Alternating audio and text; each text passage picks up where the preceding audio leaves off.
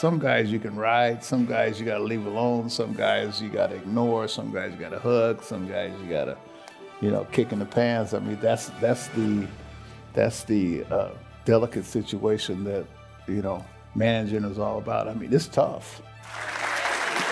All right.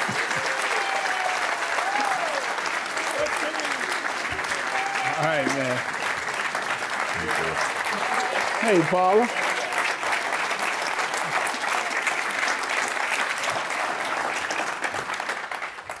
Wow. I've been moderating here for many years. I think that's the first time there was a standing ovation before he even said anything. Yeah. That's a lot of pressure, Great to see you. Thank you. Just being back in San Francisco, I know you're here quite often, but you got a great energy on your face. Well, do you like being here? I love it. I mean, this is when I came across the bridge this morning from Sacramento. I look out at Angel Island, I look out to Alcatraz and, the Golden Gate Bridge, and I just, I get a great feeling when I come, to San Francisco. The same feeling that I had when I was in high school, the same feeling that I had when I came over here for concerts. I mean, it's, the thing that upset me is when, a couple years ago, everybody was kind of cracking on San Francisco. It's like it's not the same San Francisco, and I'm like, no, this is the same San Francisco. It's even better than it was. Before. I was telling everyone in the green room, and I know what happens in the green room is supposed to be quiet, but I just had to let it reveal. So there was a lot of laughing and cackling because DeMayer rolled through. Oh, man, yeah. But see, I was going to surprise Willie Brown, but he surprised me. But that's Willie Brown, That's one of my heroes, since I, grew up as a kid in Sacramento. Tell me, just before we get going with the book and just in your life now, day in the life, what are you doing? On a typical day, not touring with the book, but on a typical day, what are you doing in the Sacramento area? Well, sometimes I go to my office. Sometimes I go, work in my vineyard. Sometimes I work in my garden. And, I'm busy. Sometimes I go watch the River Cats, the AAA team with the Giants. And sometimes I come to San Francisco, where I'm going today to watch the Giants. And boy, I don't know if I chose the right day to go. With my NBC DNA here, can we do some breaking news? Is there something you're doing with the Giants today? Oh no, I'm just I come here a couple times every month, and I talk to Tony, I talk to Ron Washington, who was my teammate with the Dodgers. And now Gary Pettis, who was one of my coaches in Houston and a longtime friend. And, I enjoy, talking to some of the guys. And I watch every game on TV. And if there's anything I can sort of try to help a guy with, like he's dropping his hands or he's pulling his head on the swing or, pitch sequence or anything that, that I can pass on to these guys, because you'd be surprised as a former player, one tip, can set you straight. And usually it's something, very minor that we're looking through all this video and looking at all this other stuff that, we make it more complicated really than it is. And so if I can simplify it and see things and then pass it on and at the same time clear it through the coaches that are there, because you don't want to tell them something that's the opposite of what they've been told, then that's what I do. You can see it watching on TV? You can see someone's hand or feet or something like that? Right, yeah. I mean, I don't know how I see it. I just see it. And people ask me, how do you see that? Or I can tell a kid, I guess it's years and years of being involved. But I can tell a kid if he walks in the room, a little bow-legged pigeon-toed kid, I said, man, you can run, huh? And he goes, yeah, how do you know, sir? Because, you can tell. There's certain body types. Sometimes I'm fooled. But, a lot of times you can tell if it's a matter of concentration or the face. Everything's in the face. I remember I asked Bo Schembechler, how do you know certain things? He said, it's in the face. He said, if you look in the face, and that would tell if the kid's happy, sad, or doesn't want to hear what you have to say. Sometimes they don't want to hear it. And you can tell, Okay, man, no problem. I read this book, and I've known you just on the outside looking in, obviously, and it's really fascinating. It's to me, it's not a book about baseball. It's a book through the prism of baseball, but we're talking music, we're talking culture, and really, I think for anyone in business or anyone leading people, this is a great book because that's your superpower is dealing with people. Why write this book? Just that I thought it was about time because people had asked me for years, Dusty, do you have a book? And I couldn't write a book as long as I was in the game every day, or else, that's how you get blackballed if you tell the truth. And plus, my wife would tell me that, my son's trying to make it in this world in baseball, and I didn't want to do anything to, to hurt him. And and also, I thought about, okay, I'm 77. This book took 2 years to write. And if I wait any longer, then I'm 80 or 85. And then people are going to say that I'm some, bitter old man, that's angry, that can't remember. And I wanted to remember, some of the things. And I didn't want somebody else to, to tell it. And, I had a great writer with me, Steve Ketman, and we spent hours upon hours. And, it wasn't easy writing, to tell you the truth. When I was sitting in the back, I was looking at I was so amazed at the different authors that have come through this Commonwealth Club and the different subjects that they write about. I mean, I was in there looking at, man, this guy's writing about meat in the country. But I just came from Nicaragua, where they had the greatest meat of all time. And I mean, that I've ever seen. I've been all over everywhere, but I was like, man, okay, this makes sense. And I was trying to figure out how in 3 or 4 chews the meat was gone, where I got to chew this meat 52 times. So it wasn't easy to write because you have to, think about things that you really were suppressing for a while in your feelings. But you also have to tell as much truth as you can, without just telling everything to everybody. But at the same time, you realize that people are kind of going through some of the same things that you went through, and, the highs and the lows. And, I talk to kids a lot. And a lot of the kids don't have as much hope as I would wish that they have. Or a lot of these kids are talking about child suicides, committing suicide. That's like, man, you just don't know how close to success that you really are. One of the many things that stood out was we know you publicly as just with this radiant smile to light up a room. But you said early on, some of your baseball cards, some of the photos, you would never smile. Mm-hmm. And there was just a lot of anger and a lot of issues in your own head. What are the 2 Dustys, and do you still have that in your life right now? Well, I'm a Gemini, and there are 2 Dustys. and the one Dusty I'm not that crazy about, because when he gets out, it's hard to put him back in. And most of my life I've been fighting some anger issues.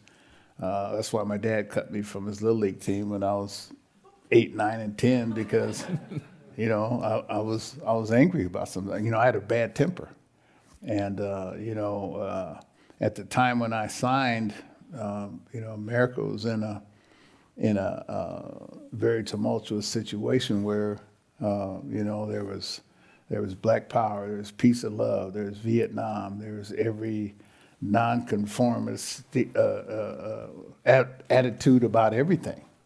And so, I was confused. And then we moved from Riverside to Sacramento, where our family was the only Black family there.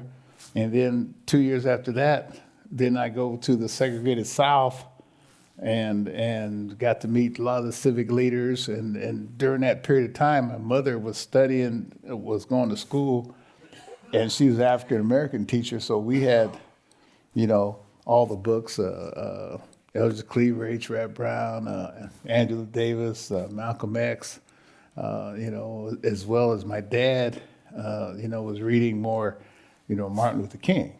And so I was trying to, figure some things out. Did that anger you, what was happening in the late 60s, being a black guy, especially playing? There's one point in the book you said you're in Little Rock, Arkansas, you're a minor leaguer, you're out there in right field, and they were saying all sorts of stuff at you. Correct. Was that just, were you already kind of used to that, or No. did that enrage you?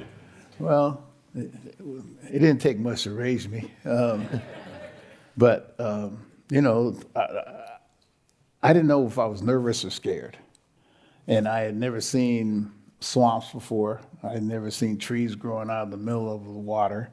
And, I had read about different hangings and lynchings and finding bodies in the swamps and just different things. But I was so fortunate to have had Ralph Garr and Cito Gasser with me. Because Ralph Garr, he was in the same draft as me, but he was out of Grambling University, and Cito was out of San Antonio, Texas, that were telling me, either sometimes they say, sit down and be quiet, or, hey, man, you better shut up, man, because they're going to knock your head off. And, I was kind of, they called me boy, and I was like, hey, man, I ain't going to be no boy. Then Ralph hit me in the side, yes, you are. And then, there's certain things that you had to learn to survive, which didn't mean that you were subservient in any kind of way, because my mother gave me, I remember she gave me a couple of books. The one was Spook Who Sat by the Door when I was like, Mama, that ain't me. And then the second one she gave me when I went to Winter Ball in Venezuela, she gave me, she would always tell me, don't be the ugly American. And I didn't really, know what she's talking about, but I quickly learned. And see, sometimes you have to excuse me, because see, I was a stutterer when I was like a kid. So most people don't notice that, but I notice it when I'm about to stutter. And so I go to speech impediment class in the 5th and 6th grade on every Friday. And so one of my best friends to this day, he would wait for me after class to go shoot marbles or play basketball or something. And I'd come out speaking perfectly. And then he'd be like, what'd you learn? Then I start stuttering all over. You write a lot about your mother. Mm-hmm.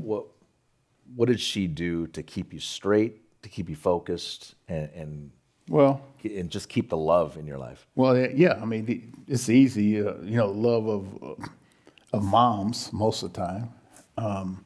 Actually, my dad's the one kept me straight.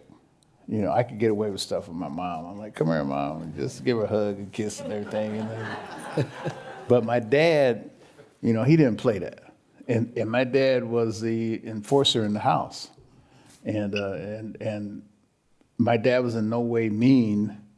My dad was firm but fair, but I didn't think so. And so, and my dad didn't spare the rod, but I look back, I never got a whipping that I didn't deserve. And if I hadn't gotten those, my mom said, no son of hers is going to be a thug. Well, the thugs were having fun. The bad guys in the movies. I mean, you look at the gangster movies, you look at it, all the movies, the bad guys are having the most fun, the most girls, the most money, the most almost everything. They end up in jail. But at that time, but my mom gave us, sense education, because my mom went back to school. Yeah. And, boy, it was tough, because my mom made me take all accelerated stuff. I didn't want to take accelerated stuff.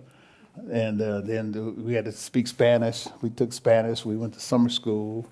I took speed reading in the 8th grade, because she made me take speed reading. And then you had to put your homework on the kitchen table, and if she couldn't read it, then you had to do it over again. I didn't want to do it in the first place, but my dad would just give you that look,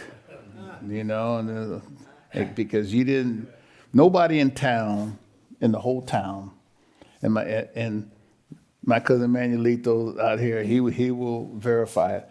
nobody in town gave my dad any crap or about nothing. Because my dad, I mean, I'm telling you, I never saw him get in a fight. I never heard my dad say a cuss word. I never saw my dad take a drink. But my dad exuded that he was powerful. And I mean, my dad looked like Jim Brown. And, he was, the man in town. And that's why my name was Dusty. My name is really Johnny D. Baker Jr. He wouldn't let anybody call me Junior. He wouldn't let my mom do housework when a lot of the second jobs are housework, but it was okay for him to cut lawns on his second job. And, my mom was, we had meals, 3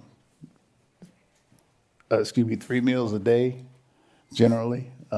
We ate dinner together, and it was crushing when I came home one day and all of a sudden they had, gotten divorced and I was the man of the house, and I wasn't ready to be the man of the house. I was ready to go have some fun, and but I was taught a sense of responsibility, for your family, and I was very, very fortunate to have mom and dad in the house at the same time. Me, my brother, and my sister. And I felt a little sorry for real sorry for the younger two that didn't have two parents in the house. And so, I'm sure in our world today, a lot of households like that. You benefited, it seems like, a lot. Yeah. Sitting here is an example of that from your parents. Mm-hmm. And you've dealt your whole career with 17 to 40-year-olds in your clubhouse that didn't benefit from their parents. How do you bridge that? How do you communicate with them? Well, because they can just say to you, "Oh, Dusty, you had it all, man. You had private tutoring, you had this, accelerated classes. You don't know where I'm coming from." How do you know where they're coming from? Well, some of us feel, and some of us you ask questions, and nobody likes you to pry, so you kind of leave it open for them to come talk to you. And I try to find out where they're, the importance of their own families, where they're the oldest, the youngest. I mean, you can't make generalizations or you're the middle child, but I've noticed there are certain characteristics per each family. And sometimes I would say, hey, man, I remember one day talking to a kid, and I say, hey, man, I heard your mom and dad's coming to town. I said, I want to talk to your daddy. He said, go ahead, talk to him. I don't care. I said, okay, let me talk to your mom. Oh, don't talk to my mom. So I was like, oh, okay, now I see. Or there are guys that, only came from one parent household. And there are some guys that I admit, that you ask them, hey, man, where's your dad? And a couple of times, this is probably 3 or 4 times, I said, hey, man, my dad's dead. And then next thing I know, there's a guy outside asking to talk to so-and-so. And I said, well, there's some guy out there said he's your dad. And he says, well, he might as well be dead because he wasn't in my life. And you sort of try to understand, why a person might be the way they are, or why they're quiet, or why they're this or that, or, moody, or don't want to, because, a lot of these scars that happen in your early, most of the time you don't get over them. And so some of the scars that I had, that's why I put them in the book, because I need, some healing too. And there's some people in this world, well, all of us need, there's something in everybody's family. So like I said, I try to understand, I think it really helped me going, which I hated, because at the time when I joined, you'll see most of the things in my life, I didn't want to do it. I was kind of forced into it, or either I was chosen to do it. Just like the reason I joined the Marines is because they wanted me to join National Guard. And the National Guard was being called out on riots all over everywhere. I said, man, I ain't going out there. So they said, you got to join the Marines. So I said, okay, I'll join the Marines then, because I'm not going out there. And I learned a lot in the Marines, about I was nasty. I didn't, now all of a sudden I'm really clean, and I'm judging everybody in my mom's house. Hey, pick up that trash and do this. And then, they taught me that, everybody's important, and no matter where you come from, you try. I mean, there were some people that couldn't say their ABCs, but this guy, I remember, he could take a car apart and put it back together, but he couldn't spell. But I could spell, but I couldn't take the car apart and put it back together. So we became partners, and he showed me on the practical application, and I showed him, how to pass in school. And then they were black, white, Puerto Rican. I mean, that's where I really learned, teamwork, because if you got to help a guy get back home and guard his back, I never went to war, but that's the epitome of teamwork, when you got to protect you and you protect me, and I don't like you and you don't like me, and there's a good chance that when we get back home that I'll never see you again, but I needed you to get back home.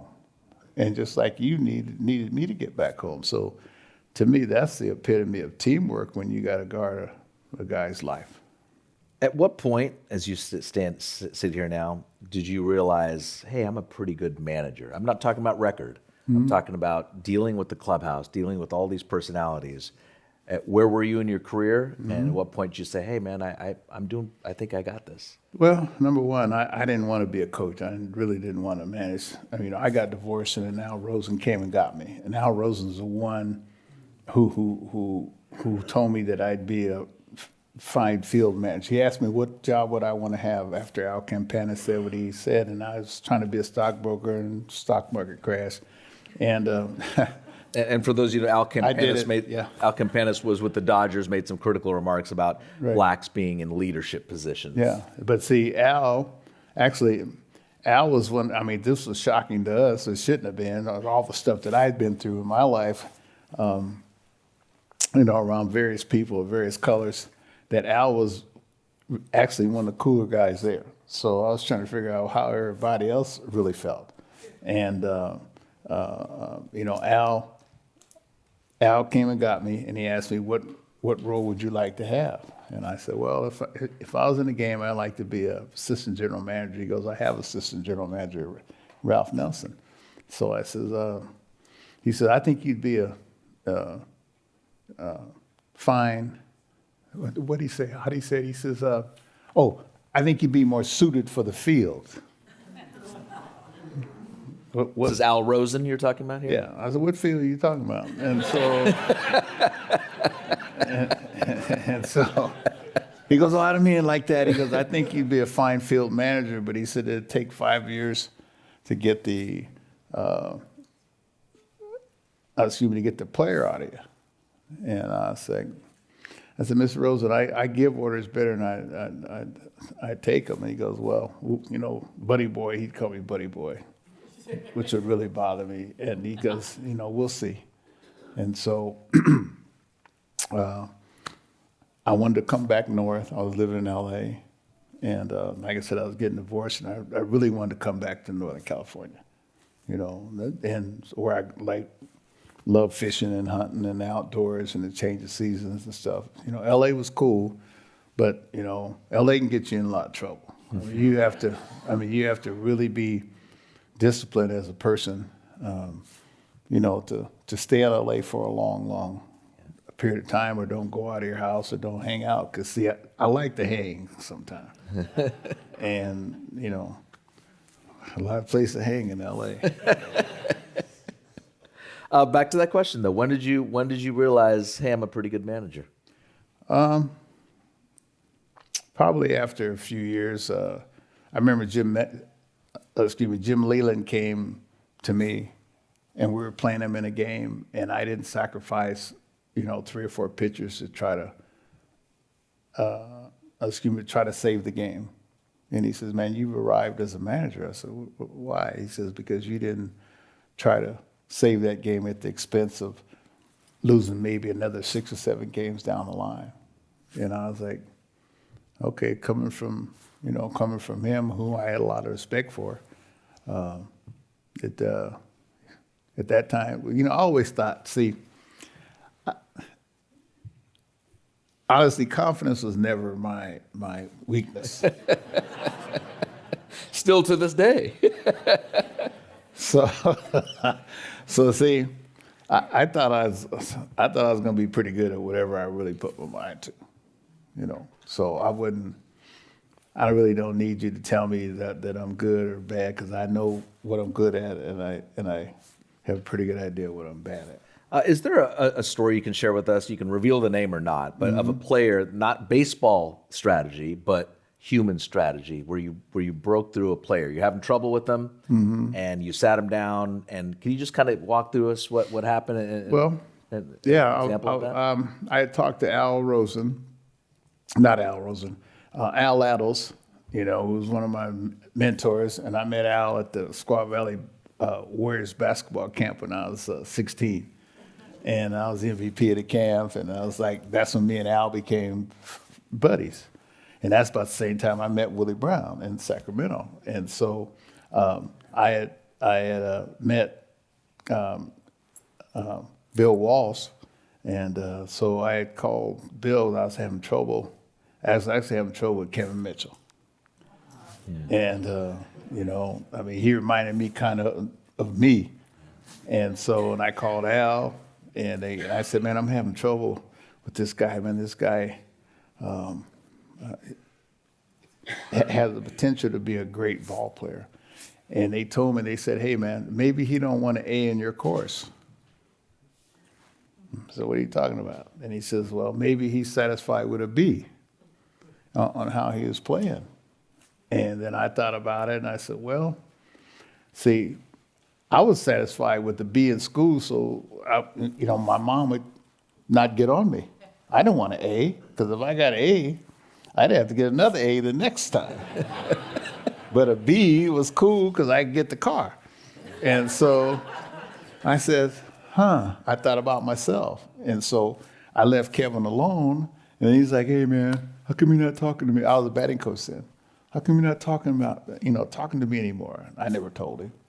But then he got an A anyway, because I left him alone. Because see, there's some guys you can ride, some guys you got to leave alone, some guys you got to ignore, some guys you got to hug, some guys you got to, you know, kick in the pants. I mean, that's the delicate situation that, you know, managing is all about. I mean, it's tough. Yeah. And see, I was fortunate enough to have some managers and coaches that taught me how to be as a manager and coach, and they're equally as important. There are those that taught me how not to be. You know, what not to do, or, you know, don't embarrass somebody in front of somebody else, you know, at their expense, or make fun at something, because I've seen both sides of it. I was with you as a sportscaster in the Giants clubhouse when you know, it's you and Barry Bonds. How did you deal with him, and did you have to change your approach with him through the seasons? Well, you know, Barry's like a thoroughbred. You know, they don't like to be ridden sometimes. And you know, I held Barry the day he was born, because see, his dad was my hero in Riverside. My dad was Bobby Bonds' coach in Riverside. And Mrs. Bonds babysat me while my mom went back to school. So we got a long history with the Bondses. And, you know, sometimes, you know, you had to tell Barry, he's like, hey, Barry, you know, show up tomorrow at 4 o'clock. Well, Barry show up at 5 o'clock. And then the next day I'd say, okay, man, forget it. Show up at 5 o'clock. Well, then Barry show up at 3 o'clock. And see, the thing about it is, Barry was way ahead of his time, because now everybody used to get on Barry about sleeping in the clubhouse. Well, now they got a sleep room. You know, I mean, it's like, you know, Barry was a guy you just let play. You know, there's certain players, man, you just let them play, because you know they know what they're doing.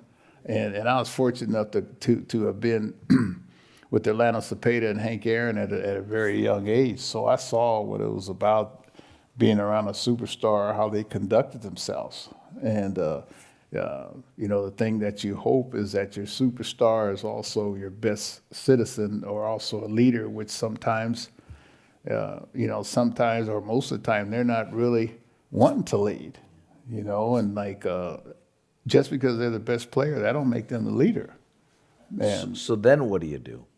then what you do is you see who gravitates to whom on your team. And one day in batting practice, I was sitting out my first year as manager, I was behind the cage, and I had Matt Williams at third and Will Clark at first and Barry at left, and nobody was around them. And then I looked out. Robbie Thompson had about 4 or 5 guys around him at second base, and then Willie McGee had 4 or 5 guys around him in right field. And so I said, hey, maybe those 2 guys were my leaders. So I said, hey, man, let's go watch Agassi tonight out at the Princess. And I said, you guys want to go? And they said, yeah. And they said, hey, you going to pick us up? And I said, nah, you guys drive. So I looked in the rearview mirror. They were behind me. Nobody was talking. And then after a few minutes, then they start talking. And I took the long way around, let them talk. And then that's when I noticed that, leaders are anointed by their teammates. They're not necessarily appointed by me. And that's why I never had a captain, because they may not agree with me on who I think should be the captain. And so I'll let you guys decide. And, I never had a C on my chest, or I never put one on one of my players. Is there a coach in any sport right now that you kind of watch, whether you've met him or not, and say, I like that guy or I like that woman? Who do you admire right now? I admire Coach Brown with the Knicks, because we had him in Sacramento, and I thought he was a heck of a coach. I like Jason Kidd. It's just a lot of the coaches that I like seem like they end up getting fired because they're their own men.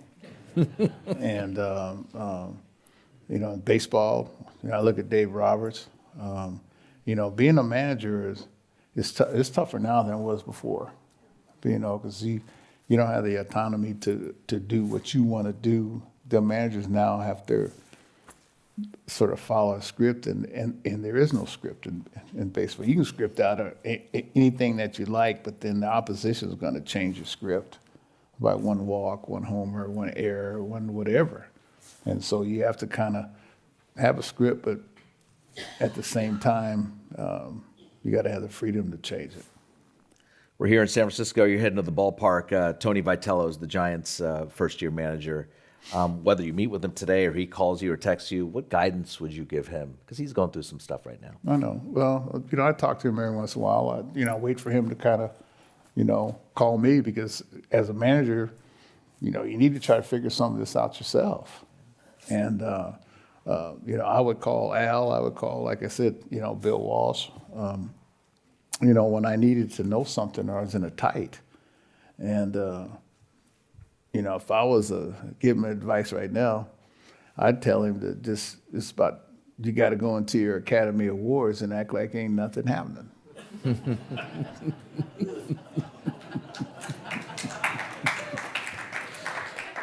But the reporters are going to be asking, what's happening? This guy's doing this. And Bill Walsh told me you don't have to answer every question. That's what Bill told me. And he told me that. I said, how do you do that? Because I used to go to his house and he'd give me these lessons with a grease board. And when I first started, I'm serious. And he gave me all his cards to, how he started the 49ers. And I don't know why he took a liking to me, but he did. And I asked him, how do you do that? He goes, you just tell him, well, that's a good question. I'll get back to you on that one. And then you run out of time, then you never get back to him.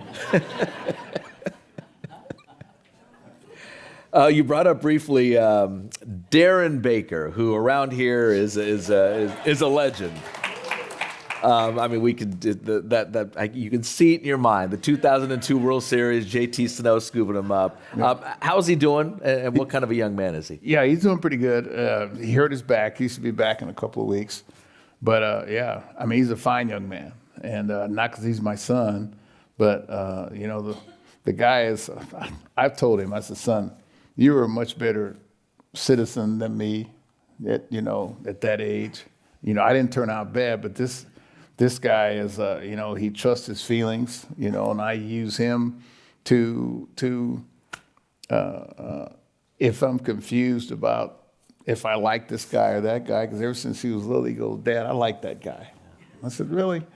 And then he says, the other guy, Dad, he'd go like this. And he was right most of the time. And a lot of times you can follow the emotions of kids or young people, and they're not jaded yet or have the scars because they trust their feelings.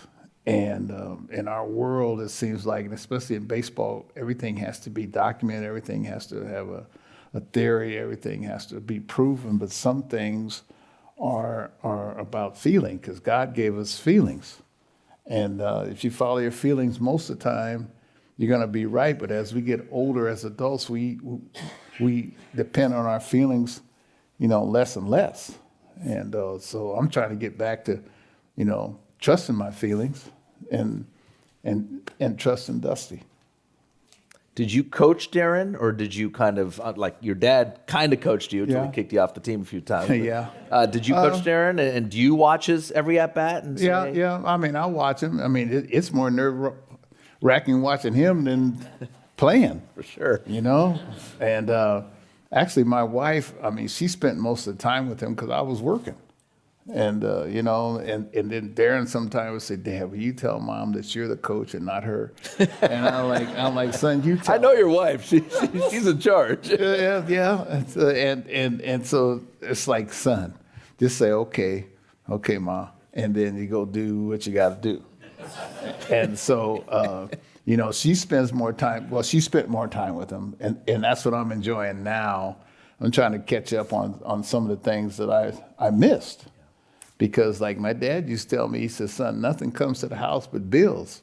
And so a man's supposed to go out there and be working. You can't be hanging around the house, And so that's what I was doing. I mean, I was working, all over the country so that, my family could have a good life now, and I can end my days with a good life. What's your favorite city as a manager? Used to be Montreal. I like Canada.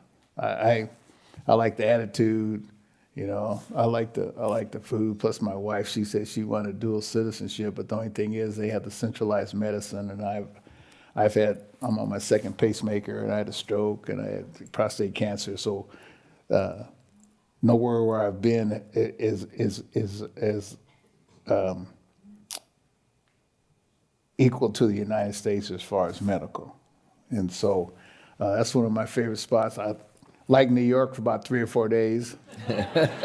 Love New York for 3 or 4 days. It doesn't let you sleep. And especially if you go there like on a full moon, because see, they used to call me, my teammates, some of them still call me Wolf Man or Wolf.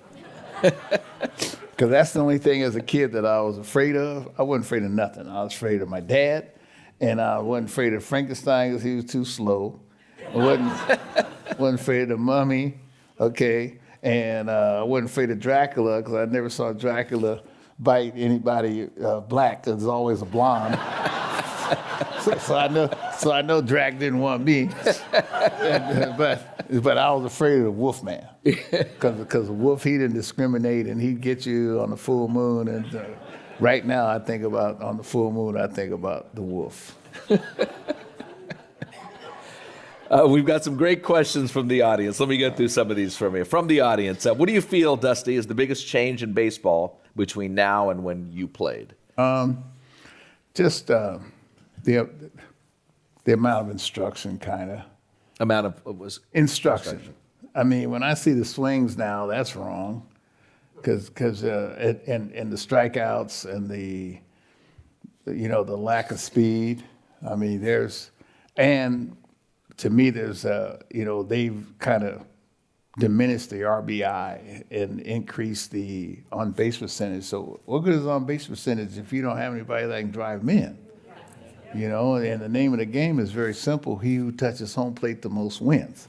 And so you got to have that RBI man. And the pitcher's going 5 innings, throwing 100 pitches. I mean, sometimes you don't have to strike everybody. You just got to get them out. And you know, some of the changes I like, you know. You can only throw to first base twice. And Ricky Henderson would have had 250 stolen bases. From the audience, what is your opinion of the recent speed up the game rule changes? Oh, that's a good one. I like to speed up the rule. I mean game rule. I like to give them probably another 5 seconds or so because it's become an aerobic act, and sometimes the pitchers need that time to you know, regroup, because most of the action happens like boom, boom, boom, boom, boom, boom, and then next thing you know, there's 8 runs on the board. And so I'd like to see them, you know, give them more time. From the audience, who was the toughest Major League Baseball pitcher you ever faced? J.R. Richard. He was throwing heat. Whew. No, he not only heat, but he was wild. You know, and he'd walk 3 guys and strike out the next 3. And then he'd throw one up their head unintentionally. And then he'd dot the blackouts out there. And then after the game, see, he was my buddy, me and Ralph, because he's from Ralphstown, Louisiana. So he'd come over and get us in the Astrodome after the game, pull his car around and pick us up. And he said, "Get in, man." I said, I'm trying to get on the bus. He's like, "Get in, we're going to go to the night spot." So I don't want to go, man. I don't want to go with you. He says, "Man, the game's over." I'm like, "No, it's over for you. It ain't over for me." You just struck me out 3 times. From the audience, as a manager, what were some of the best parts of your job, and what were some of your most challenging parts of the job? That's a big question. Yeah, the best parts of the job is when you see a young man go from a young man to a pro, and you see the growth, and you see the effects that maybe you might have had, you know, on his family and his finances, and just overall, you know, growth as a person. And you know, these guys are like your kids. And I remember one time I was over Richard Reyes' house in spring training, and he's like, "Hey, Bake, you want to come by?" I went by his house, and he goes, "Man, you see this house?" I said, "Man, this is cool, man." He said, "Well, you know, you helped me build this." And I was like, "Wow, I never thought about that." And you know, that's gratifying. What was the second part? What was the most challenging parts of being a manager? The most challenging part was being in middle management, because you're neither, you know, I was like a gunnery sergeant. I'm not enlisted. I'm not an enlisted man anymore, but I'm also not an officer at the top. And so, you know, being in middle management is tough, especially during like the strike of '94. That was the toughest time of my baseball career, you know, because you're like told that if you support the union, you won't have a union to support maybe, but you were told by the union if you didn't support them, you know, they were going to kick the manager and the coaches out because they controlled our medical, our dental, and our pension and everything else. So that's the epitome of middle management. You write in this book really personal stuff about when you were here with the Giants going through tax problems with the IRS, and why you ended up with the home in San Bruno, which is not the most exciting place to live. Yeah, but it was cool. They were garnishing some of your wages here with the Yeah. Giants. Yeah. Not many people know this. No, well, it was nobody's business till now. You know, because I wasn't looking for sympathy. See, the thing about it was, you know, I lost my brother because of it, and you read it in there, and you know, guilt. I think that's the worst emotion going. But the thing about it is, I could have settled some of this, but I didn't think I did anything wrong. And it's like I was following the American rule. I was invested all over, everywhere, then different things. And, you know, when I think I'm right, I'll fight to the death. And like I said, I could have ended some of this, but no. I mean, sometimes they're wrong. And like I said, if I think I'm right, I was taught by mom and dad that you fight to the death. You fight for what you think is right. There have been breakups in your life with major league teams. On your way out, how do you keep your composure, whether it's the Giants or Yeah. Cubs or the Nationals? How do you keep your composure with ownership and with Well, the but you media? got to think about your next job because, see, there are a lot of guys, they don't tell you why you weren't rehired. You're just not rehired. And so you got to think about your family. You think about things like things like my dad telling me sometimes you got to take some stuff to take care of your family. Just like when he told me that, that kid told me when I was a little, cutting his lawn, that little kid said, "Hey, go pick up that paper over there." And I said, "What'd you say?" So my dad said, "Son, go get the paper." He said, "I need this job." And I said, "Okay, Dad." But he says, "When you get to school on Monday and you're playing flag, you and him playing tackle." I said, "Okay, Dad, I can do that." And so I ran over him, and he went and told the teacher, but the teacher know he was a little butt. So I didn't get in trouble. But that little kid also had an elevator in his house. And I said, someday when I'm a pro, I didn't know I was going to be playing baseball. I said, I'm going to have an elevator in my house. And that's what I got in my house the last 20 years. I got an elevator to help my dad get upstairs. But that motivated me, back then to okay, I'll take it for now, but in the end, I'm going to be the victor. Stays with you. From the audience, tell us about your first big league game. What do you remember about it? I remember I was in the Astrodome, and I remember I got called up by the Braves, and Ralph Garr and I both got called up, and they were calling me 14 because they said I looked 14. And I remember that in the Astrodome, but I really remember the next series in San Francisco here. And Murph was a clubhouse guy, and Murph was a visiting clubhouse guy, him and Mario Alioto. And so Murph wouldn't let me in the clubhouse because he says, "Yeah, hey, I'm on the team." And he goes, "Yeah, me too, son, get lost." So I stood outside and waiting on somebody, and Mr. Busby says, "What are you doing standing out there?" And Murph said, "This kid's on the team?" And he says, "Yeah." And so that was the start of me and Murph's relationship. And then when I came to the Giants, and then I started coaching and managing, and Murph used to call me, "Johnny B, some sack of tomatoes, you the boss." I said, "No, Murph, you're the boss." Because no matter what, Murph was the boss. Murph was the boss. Not far from where we're sitting right now, back in the day, you're smoking a joint with Jimi Hendrix. Mm-hmm. That was fun, reading about that. Well, it was true. I mean, there was no harm back then. I mean, everybody was smoking weed, especially before the concert. And we were up on Broadway, outside Carol Dota's because we weren't old enough to get in. And then they had a partition so you couldn't peek. And so we were just standing out there, me and my boys, and Jimi Hendrix was there. My boy said, "Hey, man, that's Jimi Hendrix, man." I said, "Really?" I said, "Wow, man." He goes, "Man, go over and see if he'll smoke this joint with you." I said, and Jimmy like, "Yeah, brother." So, and then we went to the concert, that night.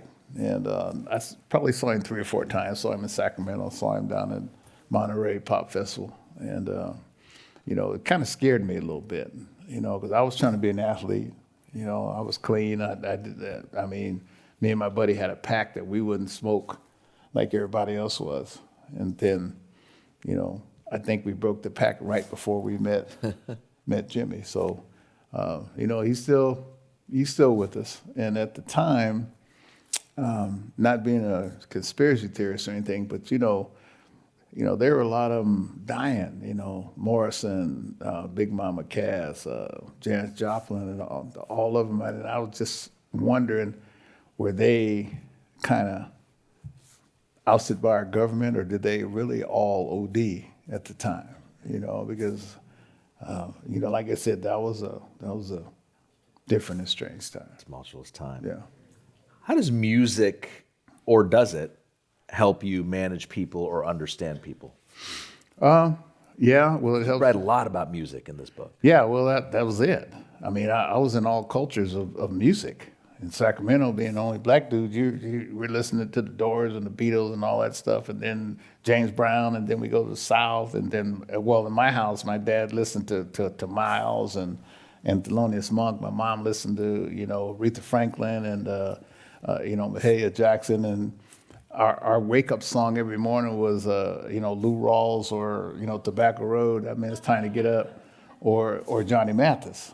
And so then I went to the South, and then they got more into the blues, which my dad liked. He's from the South. My mom's from Indio, California. And so it sort of rounds you.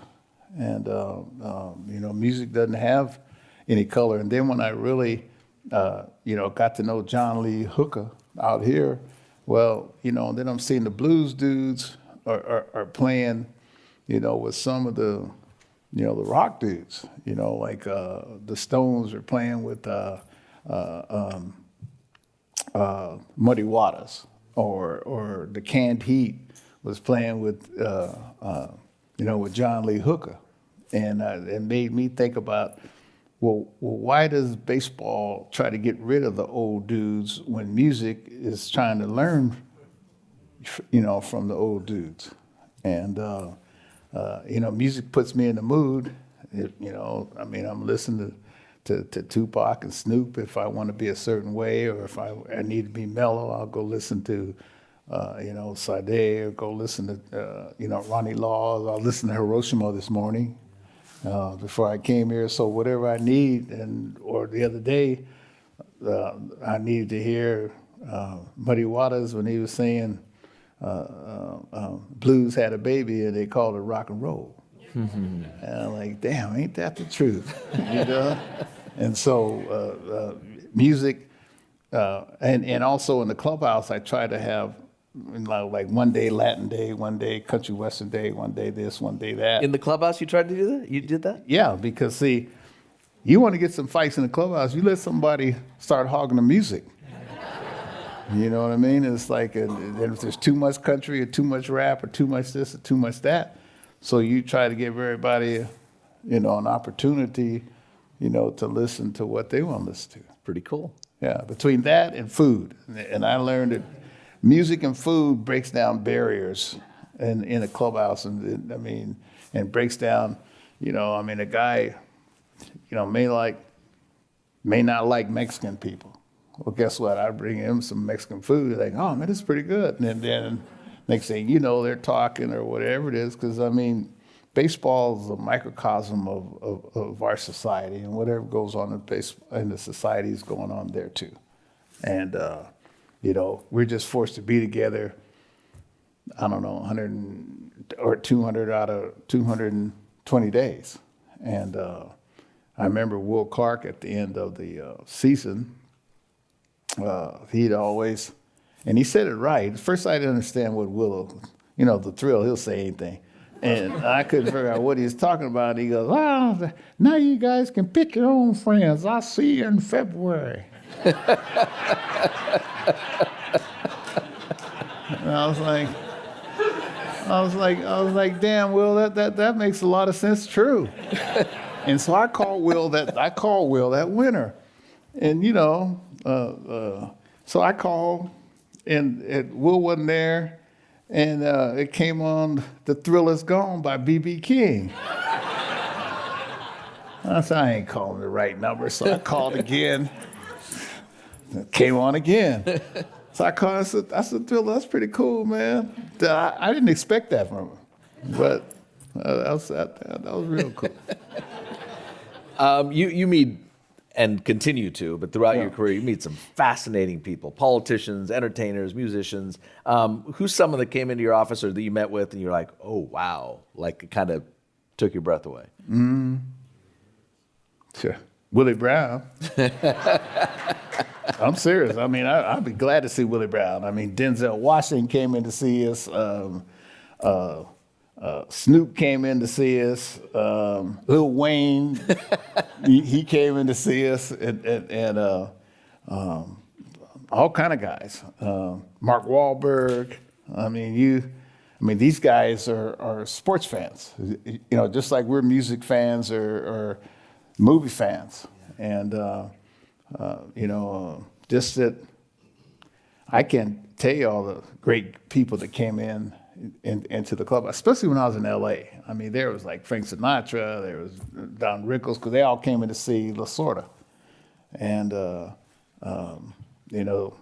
Jilly Rizzo. I mean, some of these guys are like, really, you know this dude, but again, they're all people, and most of them, when they get away from their setting, they let their hair down. They're the same as we are. A couple more questions. Our time's almost up. From the audience, Mr. Baker, what does the name Curt Flood mean to you, to African American players, and to Major League Baseball overall? Well, Mr. Baker, number one, that's my dad. I'm just reading the I comments. understand. Kurt was, he meant everything to us. Period. I mean, he was this guy was an artist. He was a musician. Sometimes I heard he left and went to Europe. I mean, he was a heavy dude, and it meant a lot to us. I mean, I got to meet a lot of the Negro League players, especially through Jim Gilliam, Roy Campanella, Don Newcomb. I played with Satchel Paige in '68, and got to go over and hang out with Cool Papa Bell when we go to St. Louis with Jim Gilliam. And so, I was always, with the old dudes. And the old dudes didn't mind you being with them, because as long as you didn't talk too much and as long as you weren't sassy, if you're respectful, then the old dudes would, like to have you around. You say baseball is a microcosm of society, which I think most of us agree with here. From right field in Little Rock when you were a minor leaguer to what they were saying to you to present day, have things changed? Are things getting better? They think they are. In some ways it's better, and in some days it's regressed. And I remember when I was a kid, man, we used to be proud of which teams had the most black and Latin players combined. And every year they'd be Sepia, there would be Ebony and Jet. They have all the black players in there, and most of the black and Latin players were I remember Cleveland Indians, Giants for sure, the Pirates, for sure. And it's like, okay, man, and but you've seen that diminish big time, and now they're talking about taking away some more drafts. It's like, they're talking about 12 rounds. Well, guess what? I was drafted in 25th round. I wouldn't even be playing. I wouldn't even be sitting here right now, because it's taking away a lot of chances from a lot of players, especially minority players, because some of the minority players or the Latin players also mature later, but they also don't get old as fast sometimes, because of they mature so late. So we'll see. There's a lot of talk about the lack or the diminishing number of black players in Major League Baseball. Not Latin, but African American in the U.S. black players. Yeah. I have a teenage son who's a baseball player, and the amount of money that I spend in terms of coaching and clubs and travel, it's a lot. It is a lot, and it isolates. And that's part of the problem. I was going to say, and it takes away a lot of talent that just can't afford to send their kid to some camp, in Georgia right now. I used to call back home, and I'd say, or my wife would call me. She's in Georgia there, and they're in Cooperstown, they're in Omaha, Nebraska, then they were in Phoenix. I said, baby. When Darren was 13, 14, Yeah, 15, right? I'm like, baby. I mean, there's nowhere in Sacramento to play. There's no American Legion. Why you got to travel everywhere? And I saw why, because it's big business now. Not only is it big business, I see some of these kids got $5,000 worth of stuff on their back and bats and balls, and it's like, we got to find a way to even the playing field as far as economics is concerned. Because see, when I was a kid, my dad was in charge of getting the bats and balls from sponsors in Little League and stuff. And I don't know, my dad was the best. And we always had stuff. But, the haves have to share with the have-nots. If not, we don't have a chance. As we wrap it up,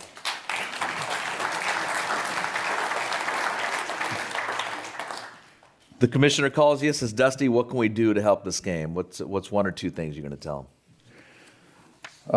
And he might have already called you, actually. No, he hadn't called me. We don't need another work stoppage, number one. Okay. Because I've been in every work stoppage from my first year in the big leagues in 1972. And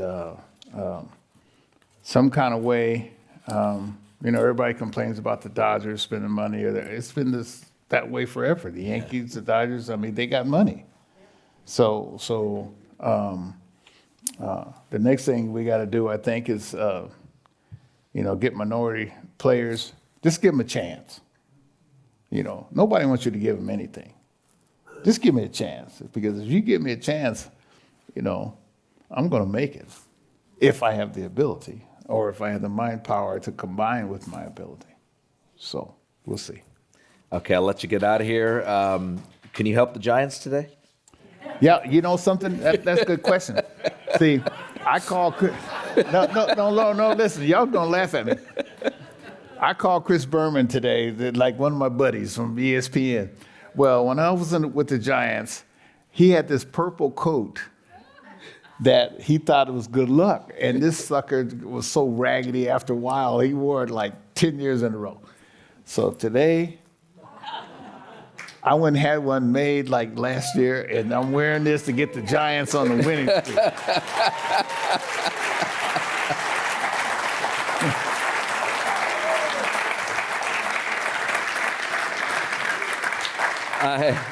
I think I speak for everyone in this room and everyone watching online. Thank you for your smile, what you've done for baseball, just your cultural impact here in the Bay Area and in this country. And we wish you the best of luck. Thank you. This is a great read, this book. If you haven't picked up a copy, you can do it at your local bookstore or online or right here at the Comic Book Hey, man, Club. it's kind of crazy seeing me on the cover. Man, I never thought I'd be on the cover of no book. Dusty Baker.